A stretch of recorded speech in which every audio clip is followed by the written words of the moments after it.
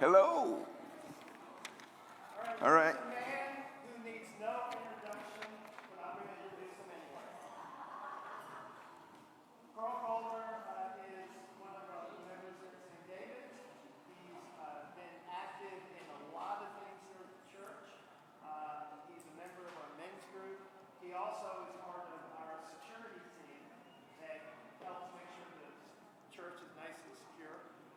He has an extensive background in law enforcement, including heading up the DEA here in Washington, D.C. He'll tell you all about his background, his history. He's a great man, and I give you Karl Calder.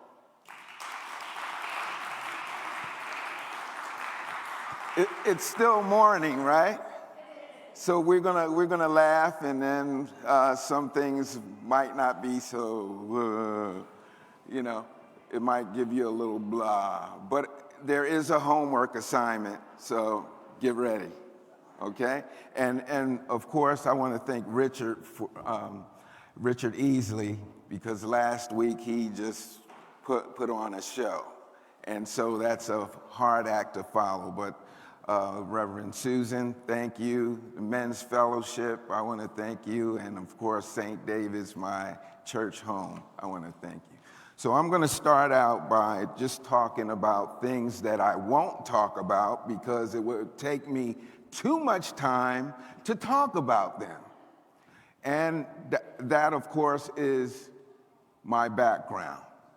And I'll talk about some of those things, but to let you know where I come from and what I'm all about, I'll just tell you I'll have to go through that briefly because I have two sets of families, my mother's side and my father's side of the family.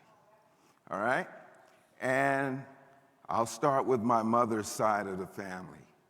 My grandparents had 15 children. Okay, and I had to write this down so to let you know what this is all about. And at the time of my grandfather's death, there was 40, and that was in 2003, 49 grandchildren, 51 great-grandchildren, and 18 great-great-grandchildren. You imagine that? Do you see that, or have you heard about that today? No. And on my father's side, and of course my mother's side was in Florida, and my father's side was in Pennsylvania. And I was so lucky that my wife's family knew my father's family, and I didn't know it until I started dating my wife, Sherry. So I'm glad to have my family here with me, all except for Corey. And I want us to say a little prayer for Corey because he's coaching down at Furman University in South Carolina, and they just lost a player by the name of Bryce Stanfield. And he happened to be, they were doing workouts, and he didn't know he had a clot in his lung. And through all that, he passed away a couple days ago. And I just want to say a prayer for his family, the coaching staff, the university, and the Furman community. Okay? So, with that, your homework comes up now. Because I'm a baby boomer. Anybody in here baby boomer? The 60s, right?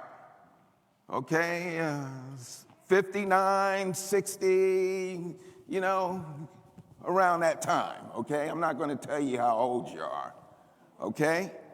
But in the 60s, let's talk about the things that happened because that was my time and part of my culture, okay? In the 60s, we had the sit-ins at Woolworths. 1960. Now you can go and you can do your own homework on that one, okay? You had the Freedom Riders in 1961, and that was led by the Student Nonviolent Coordinating Committee. You can do your homework on that. And the March on Washington, the Civil Rights Act of 1964, 1965, Bloody Sunday, Selma to Montgomery, Alabama. The Voting Rights Act of 1965. 1965, the assassination of Malcolm X. 1968, the assassination of Martin Luther King Jr. And in 1968, the Fair Housing Act of the United States. All of these things impacted culture in this country. And who was the president of that Civil Rights Act and the Voting Rights Act? Lyndon Baines Johnson, exactly. So that's the time of my life, the beginning, and part of what I went through as a young child. So from the 60s to the 70s, I was growing up in New York City, Spanish Harlem, so to speak. 106th Street between 1st and 2nd Avenue in Manhattan. And this would probably be a huge factor in how I did what I did and how I was able to accomplish the things that I did. So, in Spanish Harlem, you had every race, every dialect in the country. New York City, the melting pot, right? So I had friends who were Latino. I had friends who were Asian American. I had friends who were white. I had friends who were black. I often spent time at their homes. So that was one way I could get through this entire life of mine, because I knew culture. Coming up in a time when you had all those things that I just mentioned going on. I knew I was a latchkey kid, right? My parents worked different shifts. My mother worked day shift, my father worked night shift. And so I came home from school in between the both of them. Don't answer the door, don't answer the door. Don't pick up the phone. Don't do anything until we get home. That was life. And I think it made me a better, more responsible young man. Because at the age of 10 years old, I could go on to Lexington Avenue, 3rd Avenue, catch the bus through Midtown Manhattan down to 86th Street where my mother worked at New York Hospital, meet my dad down at Madison Square Garden and watch a basketball game, the New York Knicks. That was my life. And my life took a vast change in the 70s. My parents decided that they would move to Jacksonville, Florida, where my mother's side of the family was. But there's good and bad. The bad part is I didn't have that diversity of friends that I had in New York City, so it was very difficult for me to adjust. Back in the 70s, and I guess even before, it was just black and white in Jacksonville. the largest county, Duval County, the largest county per square, whatever you call it, in the country. Okay? So you could imagine the railroad tracks that you had to cross. Our neighborhood that we lived in, we were probably the first black family living in that neighborhood. And then we experienced flight, white flight, because we moved into that neighborhood. And as more African Americans moved, families moved in, others moved out. So that's a history for me. The high school that I went to, and I had to go to this high school because my cousin went to that high school. Nathan Bedford Forrest High School. Okay? My cousin was a track coach there and assistant basketball coach. Well, my parents wanted me to go to a better school, so they said, hey, why don't you go out with Linda and go to Nathan Bedford Forrest High School?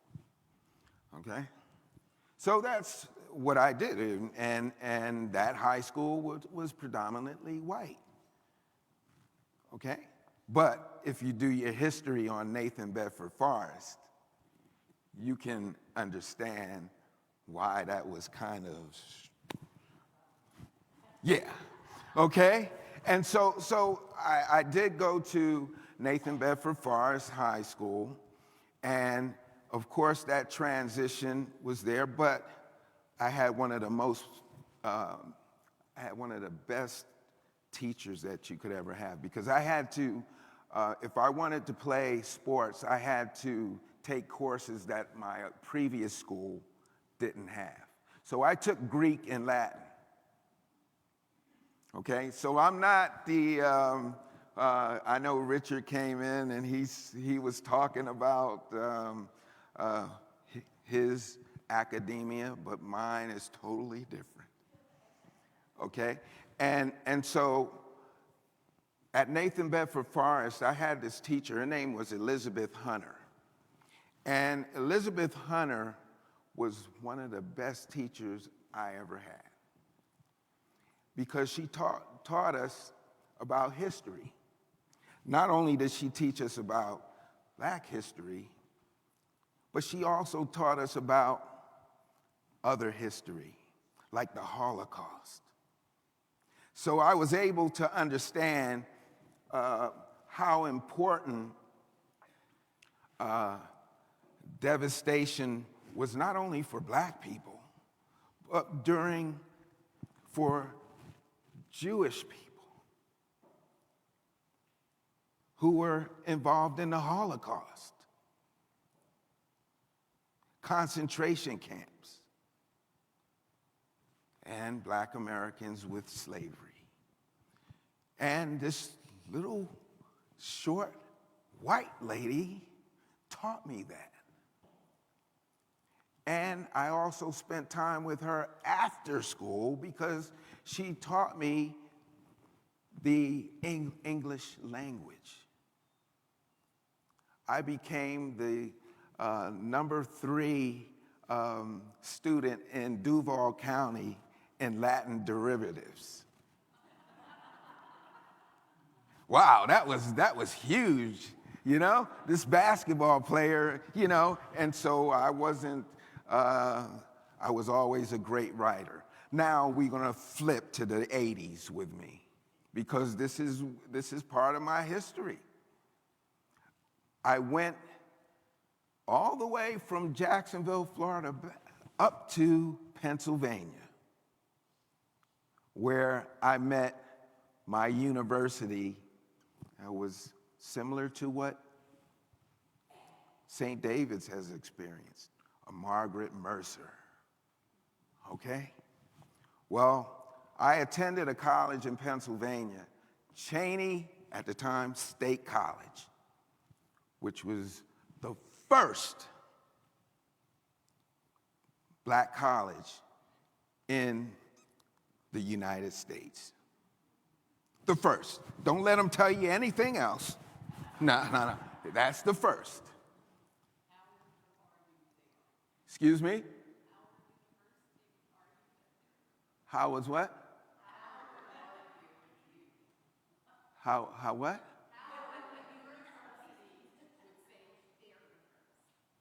I can't understand what. Now, let's talk about Cheney University. So Cheney University, first black college and university in this country, all right? And it was founded by Quakers. And these Quakers developed this college into a teacher's college. So most of the teachers in the Pennsylvania area, black teachers in Pennsylvania, Philadelphia, all graduated from Cheney State College. And so that's where I didn't develop a knack for engineering, but I was a political science major. And so I was a member of student government. I did those type things, and most of my friends and my fraternity brothers, they were all math majors, business majors, and I was a political science major and a criminal justice major because I had 2 majors, 2 degrees.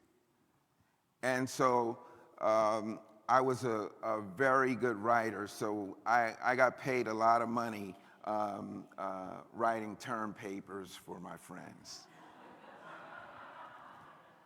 And so that was key because now I was back in the Northeast.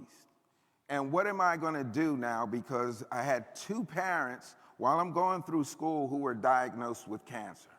One with multiple myeloma and the other with Hodgkin's disease. My mom, they said she only had 3 years to live, but she fought it tough. She was a tough lady and she made it through 8 years. My dad beat it until he had a fall and a brain injury, and I thank my family for helping me help him. Okay? So that was my college career and all my younger years.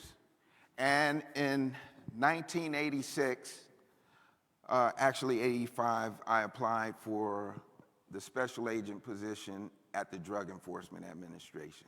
There's another long story getting to that point, but I was in my class, basic agent class, I was 22 years old, the youngest in my class, at the DEA Academy, which is at the FBI at Quantico, Virginia. And so I went through that, and my first assignment was Philadelphia. And once you're a special agent, you're always a special agent, no matter what you did. I spent 10 years in Philadelphia working undercover, did all those things, made cases, made some of the largest cases that they ever had in Philadelphia and in the agency at the time.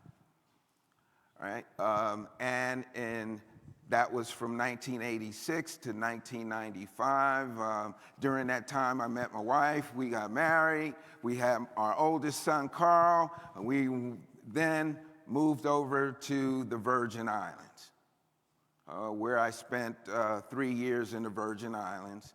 And I did a lot of interdiction work, transshipment of narcotics from South America into the transshipment points, San Juan, St. Croix, the Virgin Islands, St. Thomas. Well, there's a history about St. Croix too, because that was one of the places where slaves were brought to as a stop before they were brought to the United States. So that's part of history, okay? And so I did that for 3 years, and then I became a supervisor at the DFW airport. So now we had Karl, we had Ashley, and we had Corey. So my family's going, and Sherry, she's probably known how to transfer better than I did because she was doing all the work, and I was just moving. Thank you, Sherry. And so I went to Dallas, Texas. That was my next stop. And in Dallas, Texas, I was a supervisor at the DFW airport. And so during that time, that was from 1998 to about 2002. And between that time, what do you think happened when I was at the airport? 9/11 changed the whole outlook on how policing worked at airports, right? And it was the creation of the Department of Homeland Security. So that's history, right? And so I became the resident agent in charge in Fort Worth. In 2002, I left Dallas and I went into our headquarters in Arlington, Virginia, where my whole life as a special agent changed. I became an inspector in our Office of Professional Responsibility, which is internal affairs. Well, you don't have any friends when you're in internal affairs, do you? And so I didn't have any friends anymore. And so, but that changed because within that agency, you end up, as you promote, you end up doing things that you have never done before and you never thought you would do before. So being an inspector, that was a great thing for me because I got to learn the inner workings of the agency and, not necessarily find fault in individuals, but also clear those individuals who had allegations of misconduct. So you do both, right? And so in 2004, I got another promotion as a senior inspector in the Office of Professional Responsibility, and that was in Newark, New Jersey. And I ran the internal affairs for the entire East Coast. That was all New England states, New York, New Jersey, Pennsylvania, Delaware. I ran it, and I had a team of inspectors there. And after that, I moved on as an assistant special agent in charge of the Philadelphia office. So now I'm full circle back into Philadelphia. And I was in charge of all task force operations, state and local operations in the city of Philadelphia and surrounding counties. So I did that, ran the task forces, and the thing that came out of that, the drug enforcement, got that position, and the administrator wanted me to serve as the chair of the DEA's Diversity and Equity group there at the Drug Enforcement Administration. So I did that as well. And in 2013, I became the special agent. The administrator comes in again and she says, you had enough of that OPR stuff. Now you get to run your own office. You get to do what you wanted to do. And I became the special agent in charge of the Washington, D.C. office of the Drug Enforcement Administration.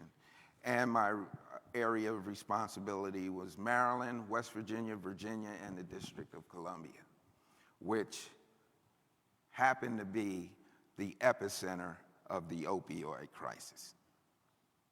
So I was right smack dab in the middle of that. And that was my real, true outlook on how devastating the opioid problem was. And then I ventured out a little bit, and I went to my own church, the Episcopal Church, and I said, well, Bishop Susan and a couple others, what are we doing as a church to help people who are suffering from substance use disorder? And today, we now have a national effort. Bishop Curry, through all this whole process, we were able to set up task forces within the Episcopal Church, primarily here in Virginia, where it all started. And so that was a great thing. And so most of my time as the special agent in charge was spent in West Virginia, where they had the highest overdose death rate per capita in the country. And I got to meet a whole lot of people, and I'm going to move this along because eventually that relationship ended. It ended pretty well for me because I became the chief of police after I retired in 2013. All right? After starting my own business, doing all the things that I was teaching in the Loudoun County public school system. I was teaching at the academies of Loudoun. I was teaching law and administration of justice. And I left my kids. I left those kids at the academy to become the police chief in Huntington, West Virginia, which is historic because I was the first African-American chief of police in Huntington, West Virginia. And so that's my story. In between there, and I saved room for the comeback time at another time to talk about all these other things and some of the things that I did, because I could be here for a day or two talking about it. But that's my background, my history. It dovetails into American history, African American history, and even St. David's history. Thank you so much. If anyone has questions, Any questions? I got a microphone for you. And then we'll come over here. You're in a field that deals with despair, with the crushing pain of addiction, and yet you radiate optimism and confidence. What fuels that? Well, I think there's a passion there that when you really start to understand the problem, and because it's twofold. It's the blame game. It's policing takes the blame. Parents take the blame. Everybody takes the blame. Communities take the blame. Economics takes the blame for all this.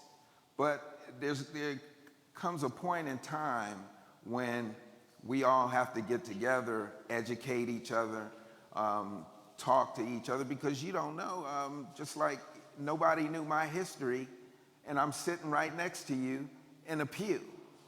We don't know who's suffering, and now when you add the mental health aspect to it, understanding, and I truly believe that my background and my history played a huge part in how I care for people. Okay, and when you look at it, when you're a public servant, you don't go out and ask a person whether they're black or white. You respond. You don't respond because of sexual orientation and say, whoa, I see that and now I'm gonna walk out the door. You can't do that. And so these are the things that you have to acquire. And, you know, and I think your background helps you do that. Somebody, oh, Thank you. This is a fact-seeking question. Illegal opioids in the country, where are they coming from primarily, and how are they getting here? The ministries, No, the actual drugs. the drug. Oh, we're the well. Now we're in what we call, and we can talk about that another time. But we're in a synthetic storm now. And it's not the way it used to be, but it still is the way it used to be. Now you have the synthetics, the chemicals that are used to produce the drugs that are now being experimented with and used by young people, fake pills and all those things. And the chemicals come from one country, they go into another, and now it's produced. And so the thing about drug traffickers, and everybody needs to understand this, they prey on the demand and the need of those who are using. Okay? So the drug traffickers and the cartels, they know what those who are using substances want. If they want synthetics, these traffickers know. We go from marijuana to cocaine to synthetic drugs, cannabinoids, and all those things because the producers and the people who are responsible, they know what we're doing. We're going to have a big issue, and we've had a big issue because of the border. You know how many substances or what can come through the border every day? So it's a long story. Things that I talk about. Other than that, I also talk about policing and the impact of policing and what we went through with Black Lives Matter, and that even affected us here at St. David's. You know, unfortunately, we have to live with those things, but we have to understand them. Karl, thank you for this presentation. It's great. Since this is Black History Month, and since you have just touched on a couple of things that you were kind of the pioneer in, I'd like to hear a little more about when you look around, can you feel proud about some of the things that you've done in relation to Black history that maybe will carry on after you finish with your tours and the various different places that you've been? Well, I think and it comes back to my parents and my grandfather and those things, because they were all community type people. My dad started a youth athletic program when I was young. He and my uncle in Jacksonville, and he was a great mentor to young people, not just me, okay? And so I just think that's where that comes from. And I think, whatever I did in terms of that history, I just really think that it was important that most of it was public service. A lot of it was even service on the job to other people,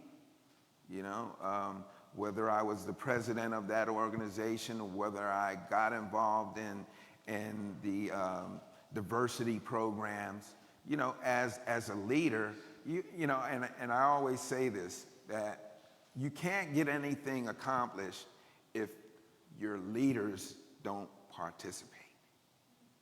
Okay, your leaders have to So when the administrator came to me and said, hey, I want you to chair this program, I wanted to know if I was going to get the support from that leader.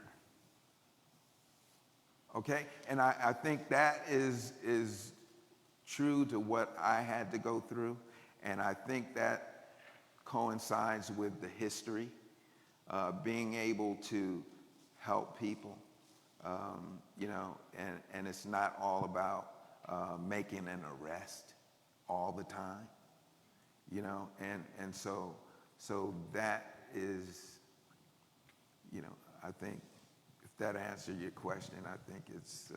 Question over here. Well, hey, Karl, thanks for your presentation. Impressive credentials and resume. But it's Black History Month, and we can't just set aside 1 month and talk about Black history. You have gone around, you've traveled, you've had many roles and responsibility, but I'm sure it wasn't easy.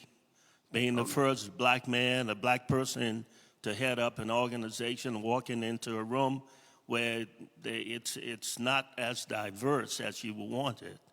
What were some of the challenges? Because I'm sure, and I'm positive, that you probably would walk out on a job site to a crime scene and you were not recognized just for the sheer fact that you were a Black man. Mm-hmm. So let's hear about some of your challenges. Well, there was a big challenge, you know, in that role, because I was, one, an outsider, two, I was African American. So just trying to come into a culture that was already developed, and as we say in everything, nobody's wants to change.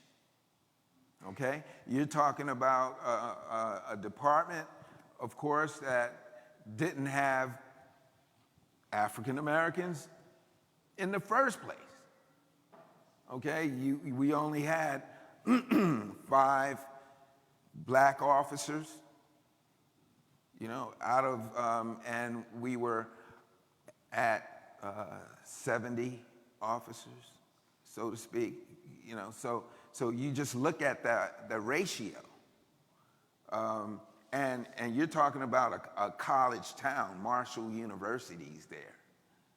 Okay, you had, you know, you had a good infrastructure for change, but nobody wanted to change. And so that's difficult, because when I went in, there was no foundation for anything. I had to create it. And hopefully, with having been there, having gone through the training with the officers, they have now become better. But it's still a cultural issue because of the way policing has been throughout history. Policing hasn't always been on the right side of the law, so to speak, for Black people. So it's hard to even recruit now in law enforcement because of all of the things, the bad things that have happened. And because policing takes a broad brush effect. So whatever happens in California, whatever happens in Memphis, whatever happens in Baltimore, everyone in law enforcement has to take it. And so I tell you, I mean, I could spend like hours telling you, but there were issues. There were people who really didn't think I should be the chief. They thought somebody from inside should have been the chief. You know, I just think you're just going into that situation, you have to be comfortable with yourself. You know, and yeah, you know, and I did get the support, but at the same time, you're talking about you also need resources.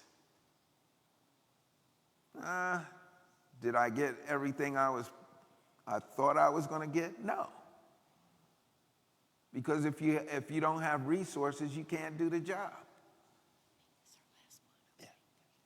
You can't make change. So I could, if I sat here and talked to you about that, you're exactly right. And it is what it is, even in the Drug Enforcement Administration. Because, policing, no matter what, law enforcement is male-dominated. You have not only black Americans who aren't promoted, you have women, Latinos, Asian Americans who aren't getting promoted in these jobs. And you need somebody to fight for that. People who have reasonable accommodations or need reasonable accommodations. People who have other things that they're involved with. LGBTQ. How are you going to make this country, not just law enforcement, but this country be the face of what it represents? All right, let's take one more question, and then if there are any questions after this, would you be able to stay for a few minutes after? Oh, yeah, Karl? yeah. Okay, so this is the last question. Thank you, Mike, for making me the last here and recognizing me. Karl, you really have an incredible resume. Really, really great resume. Being an agent at the time that you were, inspector, from a special agent to an inspector, you were in an organization that didn't have many people, maybe no person that looked like you when you came in. My question, probably two questions. The first one is that what was your experience being an agent at the time where the black community were really very suspicious of law enforcement? Mm-hmm. Let me put it this way, the mainstream law enforcement. What were the challenges with you dealing with the African American community? Because you have to still go back to them. That's one. Mm-hmm. So your experience. The second thing is that recently, there has been talk about diversity and equity for a very, very long time. I remember many years ago when I was with Citibank, they initiated that. And the person who was responsible for it actually told me it was a sham. And I think it's still a sham because the true implementation and commitment is not really there. So you take a look at what just happened quite recently with the top Ivy League schools and the president of Harvard, the first female African-American woman that was doing a great job. All of a sudden, somebody who's fully qualified, fully recognized, now they turned it into a diversity and equity initiative that she did not qualify. She wouldn't have been if she wasn't a black woman. So what do you think about these things? Thank you. Well, let's go with the first thing, and I touched on that a little bit earlier. Policing, okay? Broad brush. Policing hasn't always been on the right side of the law, and this is what I mean by that. When you take the civil rights movement, okay, and you go on even further, who shows up when the water hoses have been going? The police and dogs. Okay, so when you look at the history of it within the black community, it's kind of hard to to get away from that. But we've gotten away from it because we have a number. There's organizations, Noble, and all these organizations that are representing black law enforcement. But the thing about it is it's really hard, you know, and that's one of the things I had to try to bring to Huntington, West Virginia. How are we going to recruit black officers? And do we go to the black colleges, the universities, which we were trying to do and which we were doing? West Virginia State, for example. And so it's really hard. And then when you see what has transpired with Freddie Gray and all these other issues and those things, you know, and then you have some within the culture who are saying, hey, guy, you don't need to go into law enforcement. You see what they're doing. Okay, so that's part of it. The second thing is, you know, when you set up the DEI programs, you know, okay, how are they really representing the people? Okay, are they really representing? What are the metrics involved in doing that? How does the workforce feel about diversity and inclusion? Because you can bring in a program every day, but if you don't have the feedback going up front from the people who actually work there, you're not going to have a great program, because the program's not caring about anything. They just want to throw something in there to make you say that they have something. So that's a process. All these things, and now I'm in my own business now. I didn't mention that, and that is where I now have to compete again. There's always a competition. And there's things done to get you ahead of that competition. And then there's some who may not have that going for them to have the experience to get ahead. How do we train? How do we train everybody?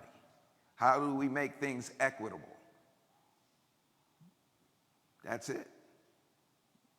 You know, I hope I answered your question, because I think it's something that we all have a struggle with, and that organization that I'm still a member of, the Narcotics Association.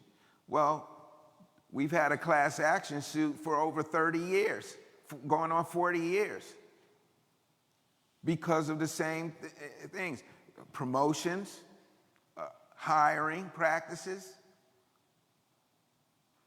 okay, discipline, all those things. So I hope I answered those questions, and that's another topic for another day. Yeah. Thank you for sharing, Karl. That's a great topic. Karl will stay after we wrap up here. Just wanted to give also a shout out to the sound team for staying to help us with the sound. Thank you very much. Do you want to say something? Oh, and I just want to thank you, because it is Super Bowl Sunday, and I just want to thank all of you loyal St. David's parishioners for being here. Okay? Thank you. Thank you, Karl. Thank you. We so appreciate it. It's always a gift when people tell part of their story. Yeah. And I always say it's part. There's a whole lot more. There's a whole lot more. But so we are blessed and enriched by your presence. Well, so thank thank you. Next week, it's Maggie Obaji. So please make a point to be here. Tell someone, bring a friend. These are all opportunities to be inspired and to grow as we tell our stories, to affirm who really are. And thank you all for staying, and thank you again. Thank you. Thank you all. Thank you. Karl, I want to thank you for your time here today and for all of the friendship over all of the years. I grew up in the melting pot of Chicago, Illinois. There you go. We moved from Chicago to a county in eastern Kentucky not far Woo! where there That's what were you. no black people in the county, much less in the school. Yeah. Your county had one. So it was culture shock. Oh yeah. Appreciate a little bit of what you got when you hit Florida. Oh yeah. But of course I can't understand it all. But the one thing I want to know is, have you seen a little more change within the school systems for bringing some of that other history into the schools at younger ages? Because it is a white bread story. Well, that's. And a male white bread story. But that's the issue, you know, and then you have the politics involved with that, you know, because you know you have some who say, hey, we don't want that, but when I talked about Nathan Bedford Forrest, Yeah. you know, up through 2008, I love that it was mainly a white school. yeah. But now it's all black, and up to 2008, they didn't want to change the name.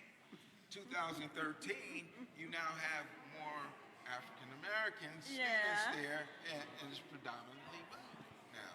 So they finally changed the name. It's West Side High School now. Gee. You know, yeah. Best friend when he was in, they were like 12 years old and they went Right. to the Club Olympia in Fort Yeah. Wayne. Well, they said, you have to go, you can't stay here because Michael couldn't go into the pool with her. And he said, I'm there. It is now a black-owned church. Oh, I Well, love it. you know, it is, and that's, you know, we could go on all day and talk about these things, but I Bless think, you for going into Huntington. well, I did it, and you can't always change everything. Great job. You're welcome. You're welcome. And LA's cousins would say, you know what your buddy in Huntington's into now? Yeah. I saw your buddy Put it on on the news TV. the other day.